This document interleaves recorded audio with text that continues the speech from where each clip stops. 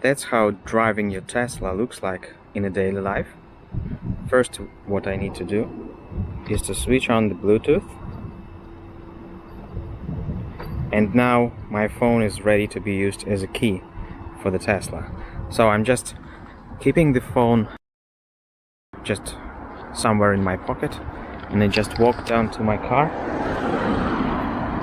and I just simply open the door and the car starts.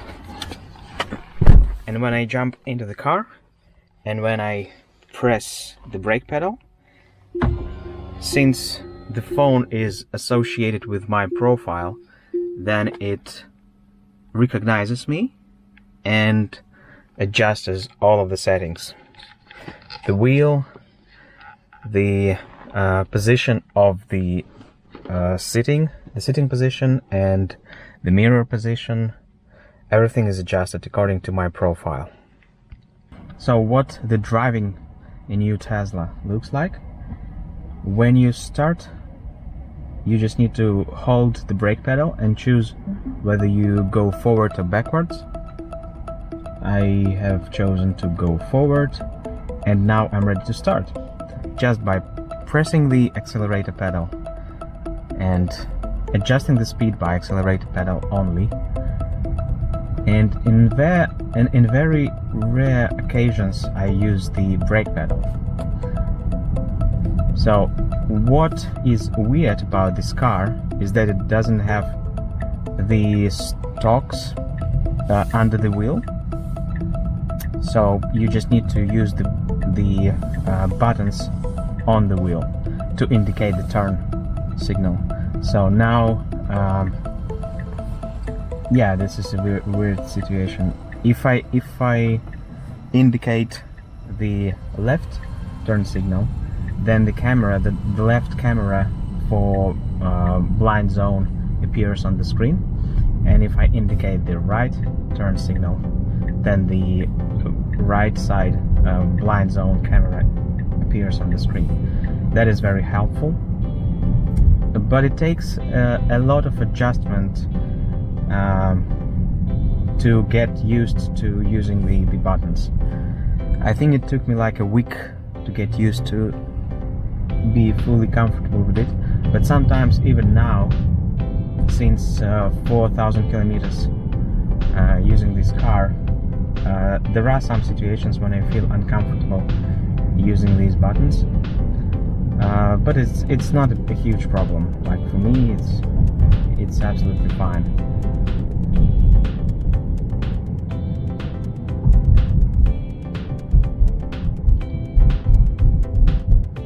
I usually don't use any autopilot functionality when I'm driving around the city, so I'm just driving by myself. It's comfortable enough anyways, because you just use one pedal, and you don't need to shift gears, you don't need to use brake pedal a lot. You just adjust your speed by using the accelerator pedal. You can see a lot of information going on the screen. So the car detects other cars on the street, and also it detects the road and the lanes on the road, and also even the traffic lights. It can detect the traffic lights, so it is pretty helpful.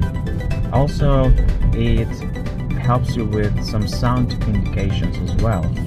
So if it detects that something is a threat to you, some car or something requires your attention, it will give you the alarming sound, so that you understand that you need to be careful and you need to pay attention.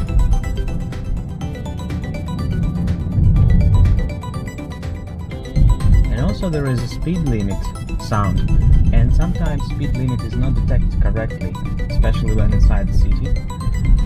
So not always the correct signs are read. It is a very rare situation, but sometimes the speed limit is not detected correctly, and in that way you would like to silence the speed alarm. So in order to do that, you just need to tap on the speed limit sign on the screen, and then you will see that the sound icon on it indicates that the sound will not go on. And if you want to change back, then you press it again. It will give you the sound again. Now we're driving on a pretty bumpy road, which is an older city center, or historic city center, and it's still very comfortable due to suspension. Suspension works incredibly great in this car, so it's complete. I can feel complete difference with other cars. How you drive, especially in this area, on this side of the road, it's very comfortable and really silent as well.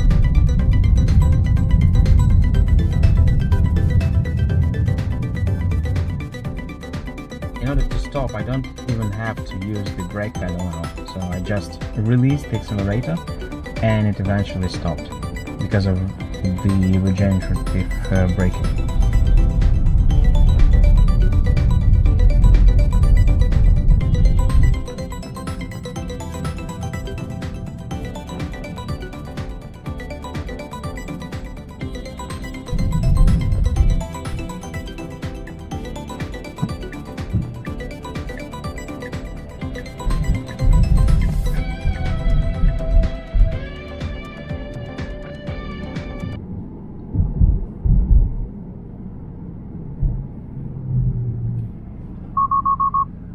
Now you can see that because of the speed that I was driving at, it detected the forward-going car as a threat, so it gave me the sound so that I pay closer attention to the road and be careful. So that's how it looks.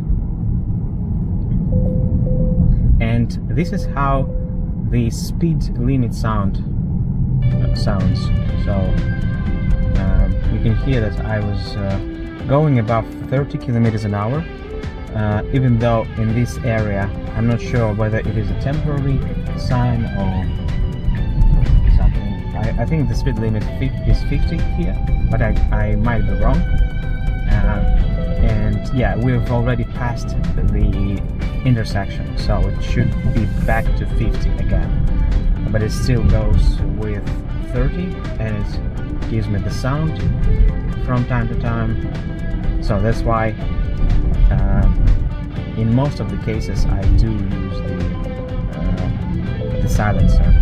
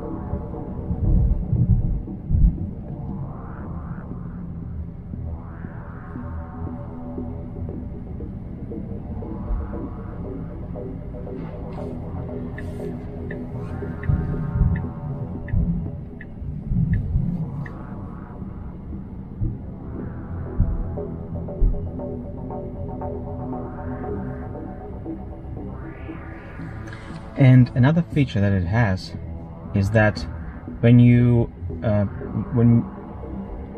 staying and when waiting for the traffic light to turn green, and maybe you're distracted with something, doesn't matter, then it will give you the sound indicator in most of the cases for the traffic light to turn green.